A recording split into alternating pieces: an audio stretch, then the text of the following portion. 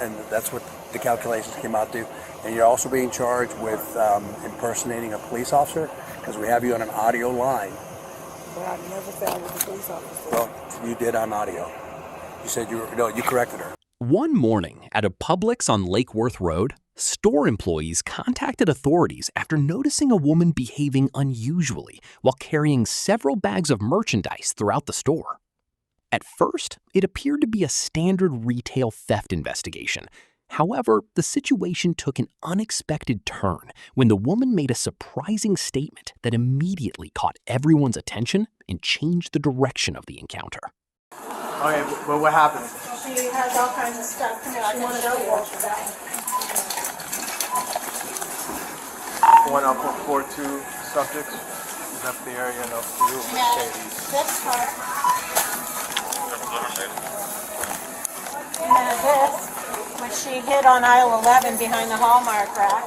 And then she tried to walk out with all of these bags of stuff in the bags that she took off the Okay, and rack. she didn't pay for none of the stuff? No, we got it all back. So my store manager's on this side.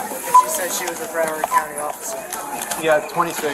She left going westbound, probably north on Hodges.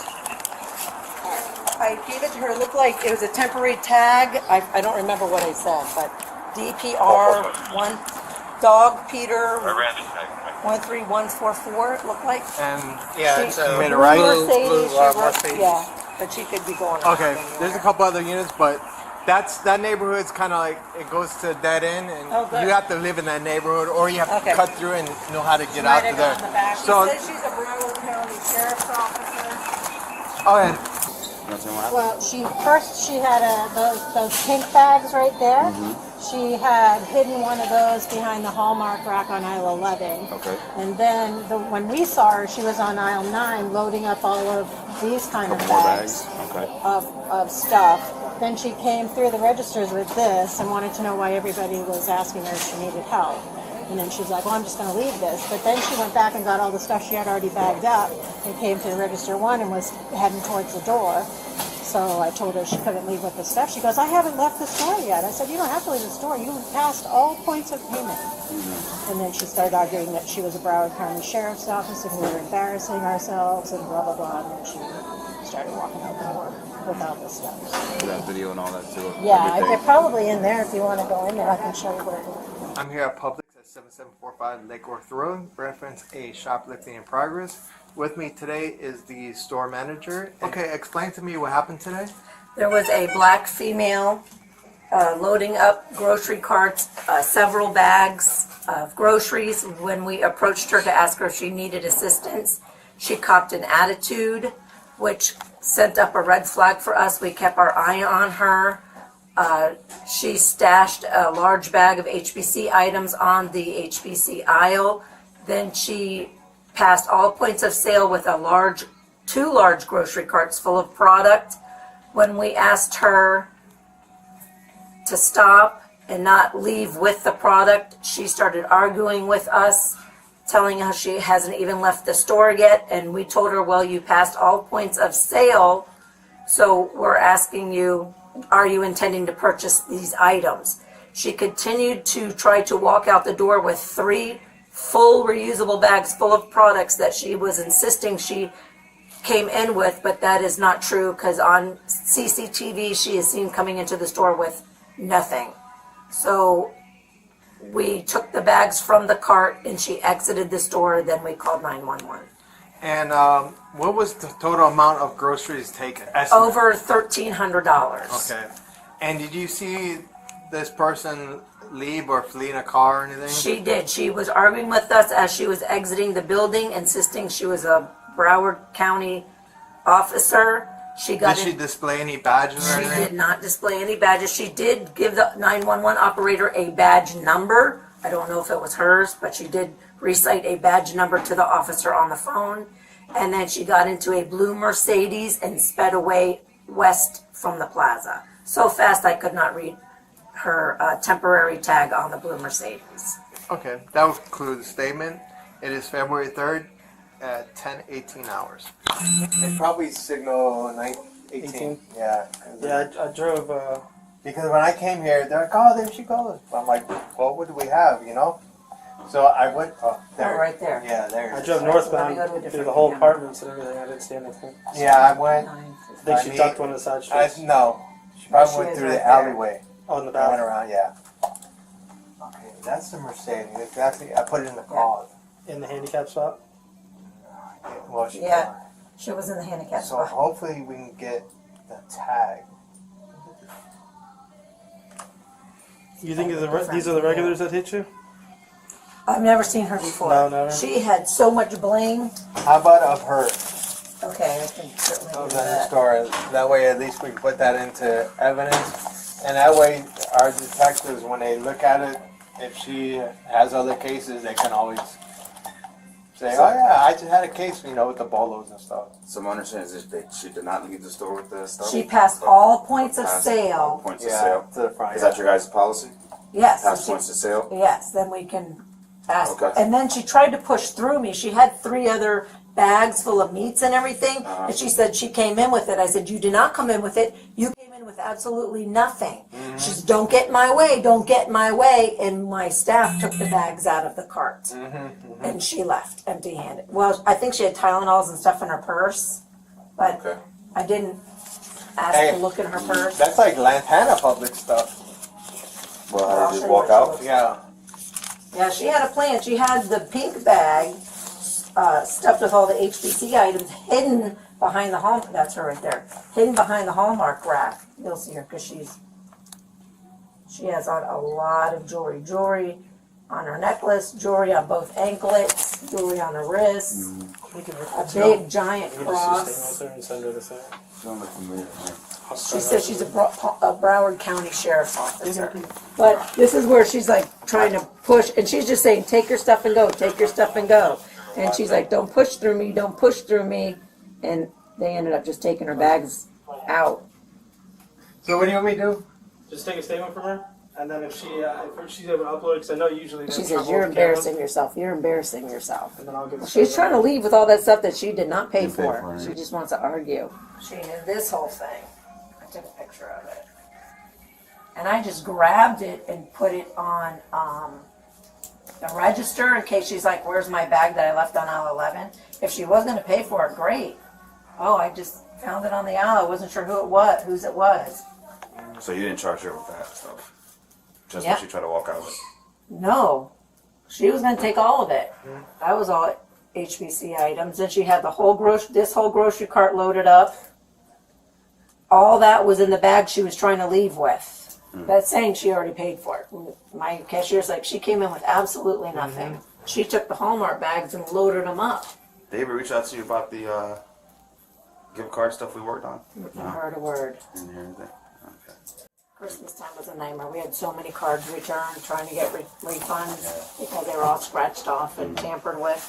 Yeah, you didn't talk to the detectives about it, or you guys just been giving the money back, or how'd you guys handle it? Well, we go through court, but we do a research tracer. One lady said $800 out of state from UPS or FedEx, didn't insure the box, and all the cards were used.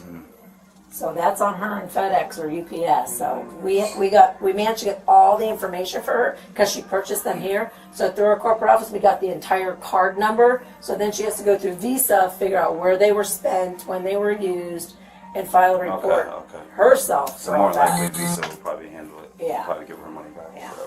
How's it going, bud? Good. How are Everything you? good? Good. What's up? Not much. You didn't go chase her with your knife?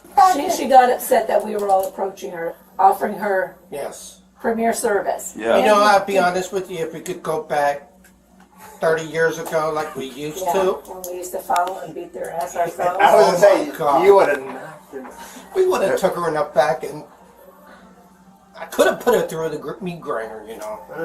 Be careful, man. You're getting up there now. 30 years of service. I got 44. Jesus. Yeah. Bless your heart. Thank you. I'm out of here, bud. Mike, you need anything? Thank you, sir. Anytime. Appreciate it. Anytime. Appreciate you.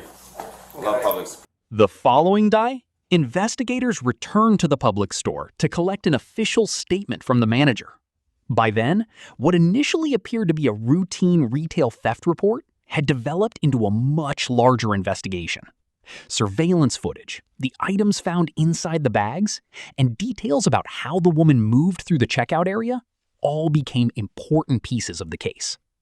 As authorities reviewed the evidence, each new detail helped explain why the incident was being treated as far more significant than it first seemed. Reviewed you quick just to get some fact-finding information. Today we're doing the sworn statement. Again, if you just give a brief statement of what happened yesterday. Okay, so there was a black female about 40 years old who we were alerted by one of my staff that she was placing a lot of products into reusable bags, and she stashed a giant bag of product on the HBC aisle. So again, staff members saw other staff of Publix employees seen her selecting items off the shelf and placing them in her own. She took 2 large bags off of the shelf, Hallmark bags, and began to fill them to the top with HBC items. And again, for the record, what is HBC? Health and beauty Supplies? health and beauty. Like kind of like shampoos and stuff like that? Correct. Okay. Yes. And then she stashed it and hid it kind of behind a Hallmark rolling rack. So she concealed the items that she was going to take behind a rack. Correct. And then she proceeded to continue shopping. She had a grocery cart, and she filled the grocery cart with bakery items, frozen food items. Then she went to the detergent aisle and filled the cart with a lot of cleaning products, kitchen towels, candles, mops, brooms. And then she was seen by our staff on that aisle loading the cart, and also with 3 reusable bags that she took and were stuffing products in the reusable bags on the detergent aisle, which we looked on CCTV and did in fact see her stuffing items in a reusable bag. That's when I approached her on the aisle and asked her if she needed help. I offered to ring up the whole cart of groceries she had to get her started. Because I said, I see you have a second grocery cart you're beginning to fill. Would you like me to start ringing up your first grocery cart? She asked me why I approached her, told me she was a Palm Beach County Sheriff's Officer and she wants to be treated. Was it Broward County? Excuse me, Broward County Sheriff's Officer. She said. And when she said that, she asked did me she display to any badge or give any ID number or anything that would verify that she would be a law enforcement officer? She did not. She just was upset that I was confronting her and asking her. She said for me to treat her like I treated everybody else. I said, ma'am, I'm asking you if you need assistance. I'm trying to provide premier service to you. And she copped an attitude because I asked her if I could help her. She continued to load a cart and load the second cart. She pushed the first cart up front. As she brought the second cart forward, she was passing all points of sale. Did she go through like where the clerk is a self or to self checkout? She went through an empty register, passing points of sale. Okay, where nobody was working at Correct. And she was, and myself and my customer service managers were standing on the front end, and she was trying to push past us. To exit the store? With product. And she insisted that she brought the product in and it was hers. But on CCTV, she brought nothing in with her. So you guys saw her loading up items into the cart, into these bags. She went through empty, where you pay a register with no clerk there. Passed all points of sale and attempted to exit the store with product. Okay. And so at that time you called the sheriff's office? I did. I called 911 because she had $1,300 worth of product that she was attempting to exit with. So while I'm on the phone with the 911 operator, she was rattling off her badge number to the 911 operator, and the operator heard her. And I described her clothing. I described the car to the 911 operator. And what kind of car did she leave in? She had a blue small Mercedes with temporary tags, and she was wearing all black. She had a lot of gold jewelry on, like 3 or 4 big, thick gold necklaces, looked like 5 or 6 anklets on each ankle. I believe she had gold jewelry on her hands and wrist. She had a Louis Vuitton fanny pack and quite a large Louis Vuitton purse. Okay. And does Publix want to press charges? Yes. Okay. Would you be able to identify her if you've seen her in a lineup, possibly? Possibly. Okay. And you gave us the description as a blue Mercedes? Correct. Was it 2-door or 4-door? I don't remember. I'd have to look at CCTV to make sure. It is clear on CCTV. Yeah. But again, you said it had temporary tags? Correct. Okay. And the total amount taken, you stated was... Well, she shopped $1,300 worth of product. She was trying to exit with the perishables when we stopped her. I'd have to get the total for you for the actual item she was trying to push through us to get out the door. Okay, was 1,300 more or less? That was what she completely gathered. Okay. She tried to just exit with the perishables. When she saw we were on the front end, she tried to push through us with the perishable items. Okay. And After more than a month of investigation, Palm Beach County detectives located the woman connected to the Publix incident. By that stage, investigators had gathered surveillance footage, witness accounts, and recordings from the original emergency call. What began as a suspected retail theft case had expanded into a broader investigation. Authorities were also examining claims that the woman had falsely presented herself as being connected to law enforcement, making the case far more complex than it initially appeared. Yep. All right. Hey, Yasmin, how you doing? I'm a detective with the Palm Beach County Sheriff's Office. One of the reasons we're here is to speak to you about an incident that occurred on February 3rd of this year. Before I talk to you, I have to read you your rights because I'm going to ask you some questions, and I'm just trying to get some clarification on something that happened down in Palm Beach County. Palm Beach? Yeah. You understand what I'm saying? Yes. You understand I'm a law enforcement officer from Palm Beach County, though? Yeah. Okay. I'm going to read you something, and then after that, I can give you some more information, and you can decide whether or not you want to talk to me. You understand that? I'm Detective Araujo with the Palm Beach County Sheriff's Office. I'm required to warn you before you make any statement you have the following constitutional rights. You have the right to remain silent, not answer any questions. Any statement you make must be freely and voluntarily given. You have the right to the presence or representation of a lawyer of your choice before you make any statement during any questioning. If you cannot afford a lawyer, you're entitled to the presence of a court-appointed lawyer before you make any statement during any questioning. If at any time during the interview you do not wish to answer any questions, you're privileged to remain silent. I can make no threats or promises to induce you to make a statement that's supposed to be of your own free will, and any statement can and will be used against you in a court of law. You understand that? Okay. Do you want to know why I'm here? Okay. February 3rd of this year, around 9:45 in the morning, you were at a Publix on Lake Worth Road in that Mercedes-Benz, and you had an altercation with a female manager about some groceries. I guess she was following you around the store.